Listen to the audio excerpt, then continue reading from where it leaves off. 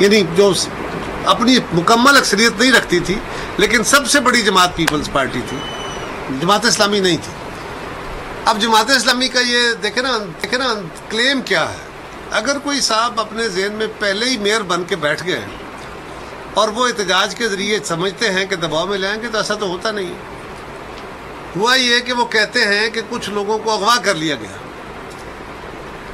اچھا، وہ لوگ اگر اغوا کر لیے گئے ہیں تو بڑا زیادتی ہوئی ہے، اور اگر خود گئے تو انہوں نے پیسے لیے ہیں۔ یعنی ذرا غور کیجئے کہ وہ کہتے ہیں کہ وہ ہر حال میں مجرم ہے سوائے اس کے کہ وہ ہمیں ووٹ دے۔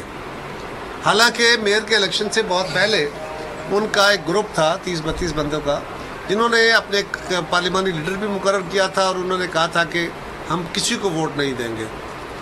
اب عرض یہ ہے کہ اتنے دن ہو گئے، جماعت اسلامی 2 4 5 بندے ہی لے آتی ان میں سے۔ اب تو وہ لوگ آزاد ہیں نا، کل تو چلو اغوا تھے، فلان تھے، جو بھی، کوئی تو اقرار کر لیتا کہ ہمیں اغوا کیا گیا تھا، کہیں تو کوئی ثبوت ہوتا کہ پیسے۔ تو خالی میرلی الزامات کی بنیاد پہ تو چیزیں نہیں ہیں۔ خواب دیکھنے میں کوئی حرج نہیں، لیکن حقائق کے مطابق چلنا چاہیے۔ جمہوریت میں اکثریت رول کرتی ہے، اور اکثریت پیپلز پارٹی کے ساتھ ہے۔ ہاں، ہم چاہتے تھے اور اب بھی چاہتے ہیں کہ مل جل کے کراچی کے حالات کو بہتر کیا جائے، اور اس میں ہم نے آفر کیا تھا کہ جس کی اکثریت ہے وہ لیڈ کرے، دوسرا ساتھ اس کے کولیشن کر لے۔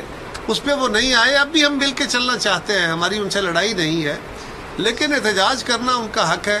اب ان کے تصورات کو یا خوابوں کو نہیں، ان کے سرابوں کو ٹھیس پہنچی ہے، اور سراب اکثر دھوکہ دیتے ہیں۔ بعد الیکشن ہوا جس میں نون لیگ آپ پر تھانے کے الزامات لگاتی ہے، اور یہ بھی کہتی ہے کہ آپ نے ریجنس کی وہاں تعیناتی نہیں ہونے دی، جس کی وجہ سے ٹھپے لگائے گئے۔